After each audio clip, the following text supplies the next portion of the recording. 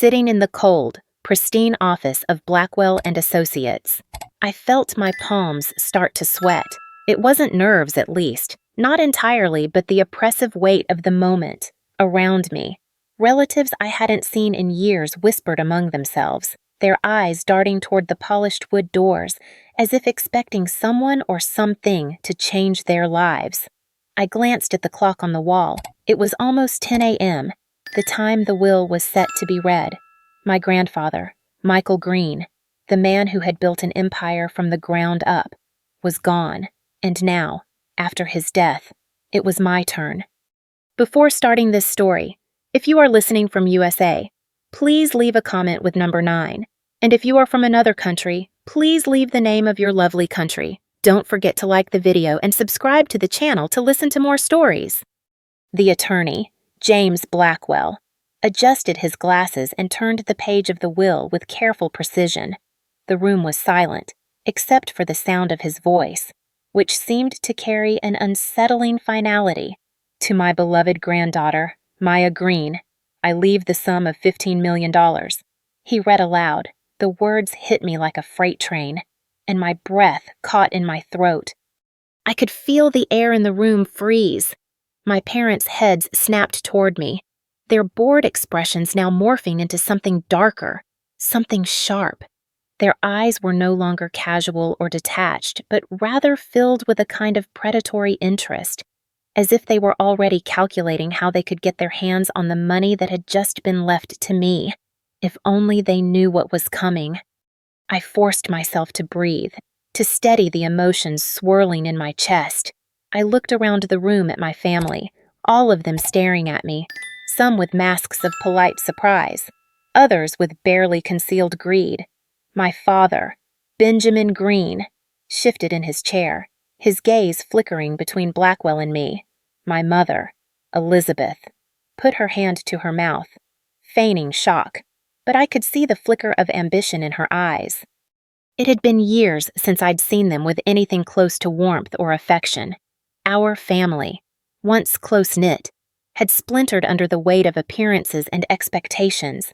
They had never truly understood me, nor had they ever shown any genuine interest in my life or my choices. They only cared about the wealth, the status, and what they could claim as their own.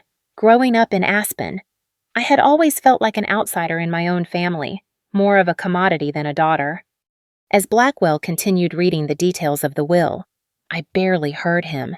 I was lost in thought, thinking about the life I had lived before today, the life I had fought so hard to create for myself, the life that had never seemed to matter to them.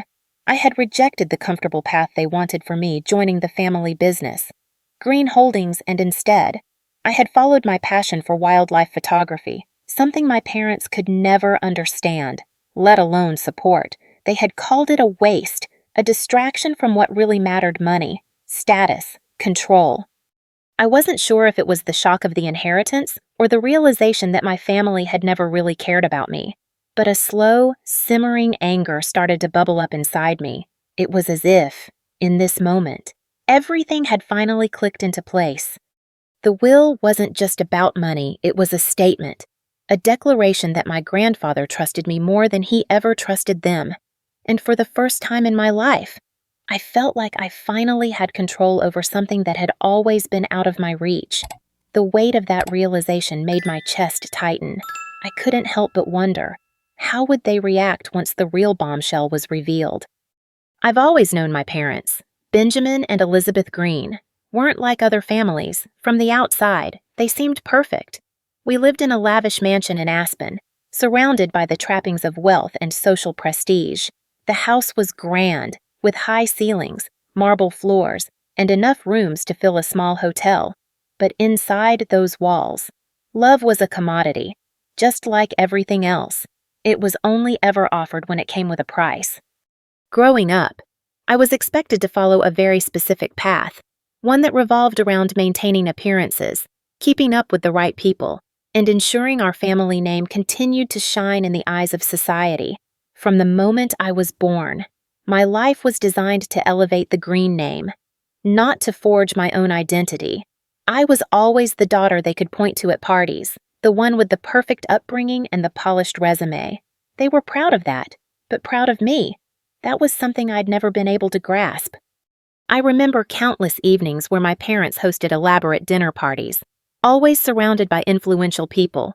I would sit at the grand dining table, perfectly dressed, a smile plastered on my face, while the adults spoke about stocks, investments, and who was going to the next big gala. Their love wasn't shown through kind words or actions. It was a love that existed only in the form of financial success and public approval. My place at that table was never about my feelings, my thoughts, or my dreams. It was about fitting in, playing the role, and performing for the world. Grandpa Michael was different. When I was younger, he would take me on weekend trips to the local wildlife reserve, away from the glittering distractions of Aspen. He never judged me for my lack of interest in the family business, never pushed me to conform. Instead, he taught me to appreciate nature, to see value in something beyond money and status. He often told me, "Maya, the world will always measure you by what you have, but don't ever forget, true wealth is in the people you keep close, the lives you touch, and the good you do." I could never share that wisdom with my parents. They never understood. To them, the concept of wealth had nothing to do with character or kindness. It was about power, control, and appearances. They saw Grandpa as an old-fashioned idealist, someone who refused to see the value in the luxury they craved. And so, when the will came, it wasn't just a document, it was the last confirmation of what I had known for years. I was not truly part of their world. The inheritance left to me wasn't just a gift. It was a symbol of everything they could never see, and that made it all the more powerful. For the first time in my life, I felt like I had something they could never take from me, something that had been given to me freely by the one person in my life who had ever shown me real love. But the truth of that inheritance was something that would tear them apart, and it wasn't even about the money. It was about what that money represented, and I could see, even now, the way their eyes turned cold the moment they realized it. When I first received the news of my inheritance, it was nothing short of overwhelming. $15 million more money than I could have ever imagined was now mine. But as I sat there, in the quiet aftermath of the reading, I couldn't shake the feeling that this wasn't the path I was meant to take. For so long, I had felt like I was living a life scripted by my parents' expectations, and I knew that no matter how much money I had, it wouldn't change the way I felt about them or myself. I'd always dreamed of following my own path, a path that didn't rely on the expectations of others. My parents had wanted me to join Greene Holdings, to carry on the family legacy and make something of myself in the world of business. But I knew that wasn't the life I wanted. I had no desire to walk down the same cold, calculating road that they had. No amount of money could buy my happiness if it meant living a life dictated by the greed and materialism they worshipped. That afternoon, after the will had been read and my family began to whisper about how they could get a piece of my inheritance, I knew what I had to do. I wasn't just rejecting their expectations. I was rejecting the very foundation they had built their lives on. I made the decision, there and then, that I would turn down the executive position in Greene Holdings. I would turn my back on the family business. I would not be another cog in the machine they had created. I didn't need their wealth, their power, or their control. I needed something more, something real. I needed to live authentically, to do work that I was passionate about, something that made me feel like I was making a difference in the world. I couldn't just sit in a boardroom, making deals that lined the pockets of people who didn't care about anything but their own success. I had to get out of this world and do something meaningful. I had always been passionate about wildlife conservation, and now, with the financial freedom my grandfather had left me, I had the opportunity to make that dream a reality. "Don't you realize what you're throwing away?" My father's voice had echoed in my mind for days. I could still hear the anger and disbelief in his tone when I turned down the job. "You have the world at your feet. Maya, you have everything we never had, and you're just going to walk away from it." But I knew what I had to do. This was my moment to create my own legacy, one that wasn't bound by the expectations of a family who didn't understand me. I didn't want to be part of their world anymore. I wanted to live a life I could be proud of, and I knew that meant breaking away completely. So, I packed my bags, left the mansion, and set off for South Africa, ready to document endangered species and work with conservation groups. This was the life I had chosen, and I was finally free to live it. I've always admired my grandfather for his quiet wisdom, his understated grace, and his unwavering principles. He was the one person in my life who didn't judge me based on my last name or my social standing. Grandpa Michael didn't care about the lavish dinners or the expensive vacations my parents were so obsessed with. He cared about people, about the earth, and about creating something meaningful with his life. Grandpa wasn't born with a silver spoon in his mouth. He built Greene Enterprises from the ground up, starting with a small construction company in the 1960s. It wasn't easy, but he never sought recognition or wealth for the sake of wealth. His values were simple hard work, integrity, and helping others without expecting anything in return. He often told me, "Maya, wealth is a tool. It's what you do with it that counts." Unlike my parents, who spent their time navigating social circles, always chasing the next shiny thing, Grandpa focused on the long term. He didn't flaunt his success. He drove the same old American-made cars until they broke down and wore a basic Timex watch for over 40 years. His philosophy was simple: if you don't need it, don't buy it. He believed that real wealth wasn't measured by the size of your bank account, but by the good you could do with it. His legacy wasn't built on luxury, but on meaningful connections, on generosity, and on a life well lived. Growing up, I didn't fully understand his values. I didn't understand why he always downplayed his achievements, why he never cared about the finest clothes or the most expensive food. My parents would often mock his old-fashioned ways, saying he was out of touch with the times. But it wasn't until after he passed that I realized how deeply I had internalized his teachings. Grandpa taught me that the true measure of success isn't what you accumulate, but how you use what you have to better the world. Some of my fondest memories with Grandpa were during the Sunday afternoons we spent together at the local park. We'd sit on a bench, watching the world go by, and he would tell me stories from his youth, stories of struggle, resilience, and the importance of doing right by others. He didn't talk about money much, but when he did, it was always in the context of responsibility. He made sure I knew that success wasn't just about making a fortune, it was about using that fortune wisely. The world will always measure you by what you have. Maya, he would say, but don't ever forget, the real test is what you give away. Even in his final days, when his health began to deteriorate from cancer, Grandpa continued to impart wisdom to me as I sat by his side, helping him through his last months.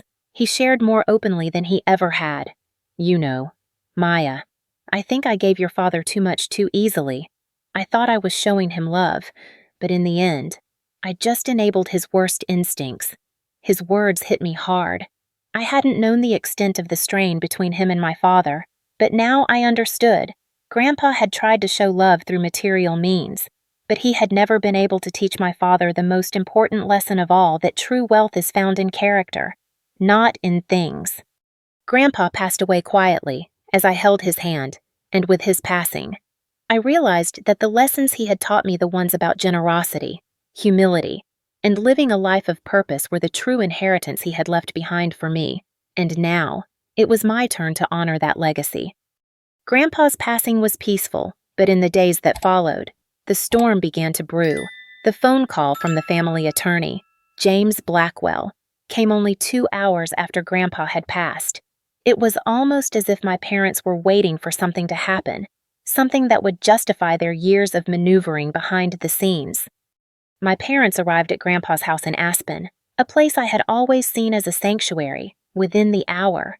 Their expressions, so carefully composed when they saw me, shifted to something more calculating as soon as the will was mentioned. They had no real interest in mourning his loss. Their focus was solely on one thing: the money. They had always been more concerned with appearances than with genuine family connection. This had become glaringly obvious to me long ago. But now, as I watched them pretend to grieve, I felt sick. They had barely been present for Grandpa during his final months, only showing up for the occasional photo op or when it suited their social calendar. Now, they were circling like vultures, ready to feast on whatever they could get from his estate. I had known for years that my father, Benjamin, had been borrowing against his inheritance. Grandpa had always kept this from me, perhaps to protect me from the bitter truth. But as I sat there, surrounded by relatives I barely knew, I began to piece together the ugly reality. Grandpa had confided in me during his last days about my father's financial recklessness. He's been borrowing from me for decades. Maya, Grandpa had told me, his voice frail but firm. I didn't want to believe it, but I can't protect him anymore. That conversation stuck with me. It explained everything: the extravagant trips, the endless spending on luxury goods, the lifestyle they could never truly afford. All of it had been built on lies and manipulation. And now, as the will was about to be read, I felt the weight of it all pressing down on me. My parents were here not to mourn a man they supposedly loved, but to find a way to claim what they believed was rightfully theirs. The will reading was scheduled for the following morning at Blackwell and Associates. As I arrived, I was greeted by a sea of unfamiliar faces, distant relatives who only appeared at holidays and weddings, now eager to see what they could claim from Grandpa's estate. There were whispers and sideways glances, but no one really paid attention to me. My parents, however, couldn't take their eyes off me, their expressions unreadable. James Blackwell began reading the will with his usual professionalism, but I could sense the tension in the room. He started with the smaller bequests, donations to charities, gifts to longtime employees, and modest sums left to family friends. But it was when he finally reached the section about Grandpa's Greene Enterprises holdings that things took a turn. "To my beloved granddaughter, Maya Greene," Blackwell began, his voice steady, "I leave $15 million to be placed in trust, with all rights and control to be transferred immediately upon my passing." The room froze. My parents' faces drained of color. I could feel their eyes boring into me, their initial shock quickly turning to something far darker. Their anger was palpable, like a storm gathering on the horizon. It wasn't just about the money they wanted: power, control over the legacy Grandpa had built. They had assumed that they, as his children, would inherit it all. Instead, Grandpa had chosen me. Before the commotion could escalate, Blackwell raised his hand, signaling for calm. "This inheritance comes with the specific understanding that it will be used for purposes that reflect William's values." The message was clear. Grandpa had been disappointed by their actions, their lifestyle, and now, as much as they had expected a lavish inheritance, they were about to face the reality of his decision. And with that, the room erupted. "Outrageous!" my father shouted, rising from his chair. "This is a mistake. It should have been mine." But it wasn't. Not anymore. Grandpa had seen through them long ago. The moment the will reading ended, the tension in the room shifted into something palpable, like a force that had been building for years, now ready to explode. My parents, Benjamin and Elizabeth Greene, were no longer pretending to grieve. Their masks had fallen, revealing the ugly truth. They were furious, and they had every intention of taking what they believed was rightfully theirs. "I don't understand." My father's voice was low, almost venomous. As he turned toward me, Why would he leave everything to you?" His face was flushed with frustration. His hands clenched tightly around the armrests of his chair. I stood there, frozen, the weight of the moment pressing down on me. The room was silent, except for the faint rustle of papers from Blackwell, who was still sitting at the head of the table, his face as neutral as ever. But I knew this was the turning point. There was no going back. "Michael had his reasons," I said, keeping my voice steady despite the chaos swirling in my mind. "And I'm his choice. That's what matters." "No, it doesn't matter." My mother's voice cracked, the calm facade she had been maintaining crumbling to reveal her desperation. "What matters is legacy. You don't understand. Your grandfather didn't just build a fortune. He built a name, a reputation, and you're going to squander it. Maya, all of this," she waved her hand around the room, gesturing at the grand office, "is not just for you to run off and chase your little hobby with wildlife. It's meant to be used to keep the family strong, to keep the business thriving." Her words stung, but they were nothing compared to the growing realization of how little my parents had ever understood me. They didn't care about what I could do for the world. They only cared about what I could do for them. "I'm not throwing anything away," I replied, my voice firmer now. "I'm living the life I choose, the one Grandpa taught me to value." My father shot up from his chair, knocking it over in his fury. "You're throwing away everything we worked for," he shouted. "Everything he worked for. We made sacrifices too. Maya, and now, after everything, this is how you repay us."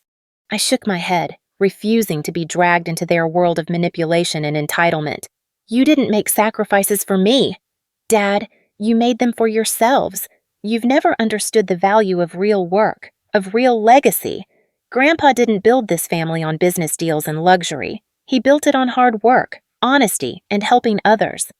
"You think you're better than us?" my mother sneered, taking a step toward me, her voice dripping with disdain. "You think you're so much better, sitting in your little apartment, chasing your dreams while we're stuck here, paying for the life we gave you." I took a deep breath. They had no idea what it meant to be truly free, to live without the burden of their expectations hanging over me. I knew it wasn't just about the money, it was about control. They wanted to control me, to pull me back into their world of empty appearances. But I wasn't going to let that happen. Not anymore. "No, I don't think I'm better than you," I said slowly, meeting my mother's gaze with steady eyes. "But I'm done trying to fit into a life that was never mine to begin with." The silence in the room was deafening, broken only by the sound of my father's breathing, heavy with anger. My parents looked at me with a mixture of disbelief and fury, but something in their eyes had shifted, something that wasn't just anger, it was fear. "We will not let this go," my father said, his voice low and dangerous. "You've made a huge mistake. Maya, we'll make sure you regret it." And in that moment, I realized just how far they were willing to go to keep their grip on everything they thought they were entitled to. But I wasn't afraid anymore. I had made my choice. And now, no matter what they did, I wasn't turning back. The next few days were a blur of decisions. My life, suddenly altered by the inheritance, was now teetering on the edge of something far bigger than I could have ever imagined. The weight of $15 million felt both like a blessing and a burden. Grandpa had given me the means to live freely, but it came with the responsibility of honoring his legacy. I had to be careful, intentional. This money wasn't just about me, it was about preserving the values Grandpa had instilled in me. I sat down with James Blackwell, Grandpa's longtime attorney, to discuss the logistics. He was the only person I trusted fully. His calm demeanor reassured me as he explained how the trust would work. "Maya," he said, "your grandfather made it clear that this inheritance was not just a gift, but a charge to use wisely. He wanted you to focus on your passion, your work with wildlife conservation. This is your chance to create something meaningful." It wasn't just the trust itself that weighed on me, it was the power that came with it.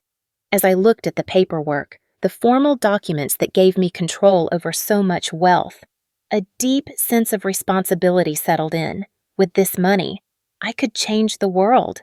I could make a lasting impact. But the reality was that I didn't just have power over the assets.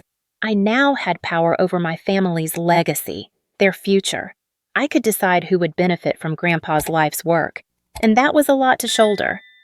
But the choice wasn't entirely mine to make. As much as I had freedom, there was an undeniable force pulling me in two directions. On one side, I had my parents, who had made it clear that they would fight me for everything I now controlled. My mother had already started her campaign of subtle manipulation, making veiled suggestions about how we could all work together and how much easier things would be if we put the family business back together. My father, on the other hand, was more direct, demanding that I share the wealth to help them maintain their extravagant lifestyle. "We've sacrificed everything for you," he had said, almost in tears. "And this is how you repay us." I had to keep reminding myself that this wasn't about them. It was never about them. The money had been left to me with purpose, with intention. Grandpa had always said that true wealth was never about how much you have, but what you do with it. I knew that now, more than ever. I had to make choices that aligned with those values choices that would make my grandfather proud. The decision to not share the wealth with my parents wasn't easy, but I couldn't allow them to continue the same cycle of entitlement, of selfishness that had dominated our family. This money was not for maintaining their lifestyle. This money was for creating a future I could be proud of. I didn't want to continue the legacy of greed and excess that my parents had so deeply embedded in our family's culture. I used part of the inheritance to create the Maya Greene Wildlife Foundation. I also purchased a sprawling tract of land in Northern California, one of the most biodiverse regions left in the country, to establish a wildlife reserve. It was everything I had always dreamed of, a place where I could not only help preserve endangered species, but also create a space where the public could learn about the importance of conservation. For the first time, I felt like I was living for something that truly mattered. I couldn't ignore the gravity of what I had just done. With every decision I made, I was reshaping my future and, in many ways, the future of my family. But this wasn't just about power, it was about purpose. Grandpa had left me a fortune, but what I did with it was entirely up to me. And as I stood in front of the newly established foundation office, staring out over the land I had just secured, I felt the weight of it all. But it wasn't a weight of dread. It was a weight of promise, one that would push me to honor Grandpa's legacy in ways my parents would never understand. As the days passed, I began to adjust to my new reality. It wasn't just the money, it was the freedom, the sense of independence that I had never truly felt before. The inheritance had given me the means to live on my terms, but it was the work that mattered, the foundation, the wildlife reserve, the quiet mornings spent walking through the land I had acquired. It was all beginning to feel like a life I had finally chosen for myself. I took Grandpa's lessons to heart every single day. He had taught me that true wealth wasn't measured by what you had, but by how you used it.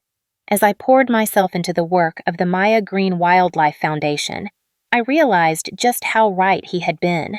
The joy I felt while working on conservation efforts, documenting endangered species, and watching the land I had saved for future generations come to life was far greater than any material possession could have ever brought me. The house I had inherited from Grandpa sat quietly in the background, no longer a symbol of family expectations or wealth, but a sanctuary. I had turned the home into a working headquarters for the foundation. It was a constant reminder of where I had come from, yet it didn't feel like a burden anymore. It felt like a place of purpose, a place where I could honor his memory and continue his work. I had stopped looking to my parents for approval. It wasn't easy, but with every decision I made to push forward, I found myself becoming more sure of who I was, independent of their influence. They still tried. Of course, my mother sent occasional messages, filled with subtle hints that I should reconsider my choices, and my father would call with investment opportunities that always seemed to involve their financial benefit. But I didn't feel that familiar weight of guilt pulling me anymore, the guilt that had once made me doubt my every move. Thinking I needed their approval to validate my decisions was finally gone. I had made my peace with them, though I had no illusions about ever becoming the daughter they wanted me to be. But perhaps, in time, they would see what I had built wasn't just for me, it was for a greater purpose. I had learned that family wasn't just about shared blood, it was about shared values. And now, with the foundation growing and the wildlife reserve flourishing, I knew I was on the path Grandpa had envisioned for me. There were moments when I still missed his presence, especially when I faced challenges, but I knew he was with me, in spirit and in the lessons he had left behind. The wildlife sanctuary was thriving, and for the first time, I felt truly fulfilled. I was no longer Maya Greene, the daughter of Benjamin and Elizabeth Greene. I was Maya Greene, the woman who was making a difference. And that, for me, was enough. The journey had been long, and there were still challenges ahead, but for the first time in my life, I had the freedom to face them on my terms, with each new step forward. I realized that true freedom wasn't about wealth, it was about living a life that reflected my values. I had finally become the person I was meant to be. Maya's story is a testament to the power of choosing your own path. No matter the obstacles or expectations placed upon you, it teaches us that true wealth isn't about the numbers in our bank account, but about the meaningful legacy we create, the values we uphold, and the impact we have on the world. Maya's courage to break away from the pressures of family and society, and to use her inheritance to further her passion for wildlife conservation, shows the importance of living authentically and using our resources for greater good. In a world often driven by material success and external validation, it's easy to forget that fulfillment comes from doing what aligns with our core beliefs. Maya's decision to live on her own terms, despite the challenges, reminds us all that the most valuable inheritance we can leave is the wisdom to live with integrity, compassion, and purpose. This story is a work of fiction created for educational and entertainment purposes only. It is not intended to attack or defame any individual, family, or organization. Any resemblance to real persons or events is purely coincidental. If this story moved you or sparked a thought, please let us know by commenting below. Your likes, shares, and subscriptions help us create more stories that inspire and entertain. Don't forget to hit that subscribe button and turn on notifications so you never miss an update. Thank you for watching and being part of our community.